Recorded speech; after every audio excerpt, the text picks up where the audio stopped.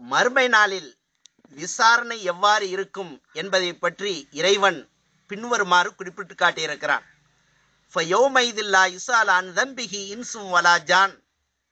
அந்நாளில் மனிதனோ ஜின்னோ தன் பாவத்தை குறித்து வாய்மொழியாக வினவப்பட மாட்டார்கள்.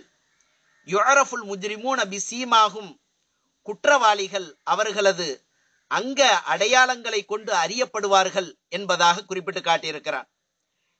இப்னு அப்பாஸ் ரலியல்லாஹு தஆலா அன்ஹு அவர்கள் மறுமை நாளில் இன்ன குற்றத்தை நீ செய்தாயா என்று மனிதனிடம் விசாரிக்கப்பட மாட்டாது.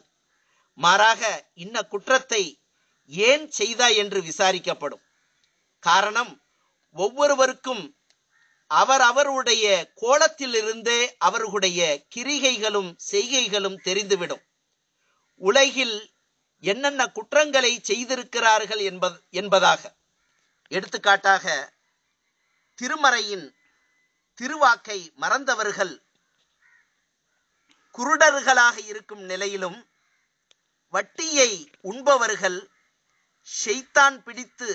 ஷைத்தான் பிடித்த மனிதனை போன்று தடுமாறிய நிலையிலும், ஜக்காத் கொடுக்காதவர்கள் அவர்கள் ஜக்காத்து கொடுக்காத பொருட்கள் மலைப்பாம்பாகவும் கால்நடையாகவும் இருந்து வேதனை செய்யும் நிலையிலும், அடுத்தவர் நிலத்தில் ஒரு ஜான் அளவு மோசடி செய்தவர்கள் தொழு நோயாளியாக இருக்கும் நிலையிலும், தன் மக்களுக்கு மத்தியில் நீதமாக நடக்காதவர் பக்கவாத நோயால் பாதிக்கப்பட்ட நிலையிலும், பிறரை ஏமாற்றி பிழைத்தவர் ஏமாற்றுக்காரர் என்று பொறிக்கப்பட்ட கொடி வாளில் கட்டப்பட்ட நிலையிலும், பிறரிடம் யாசகம் கேட்போர் எலும்புக்கூடாக இருக்கும் நிலையிலும், மறுமை நாளில்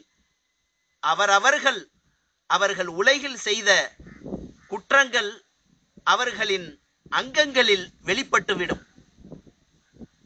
இதனால்தான் மேலே குறிப்பிட்ட அந்த திருவசனத்தில் குற்றவாளிகள் அவர்களது அங்க அடையாளங்களை கொண்டு அறியப்படுவார்கள் என்பதாக இறைவன் குறிப்பிட்டு காட்டியிருக்கிறான்.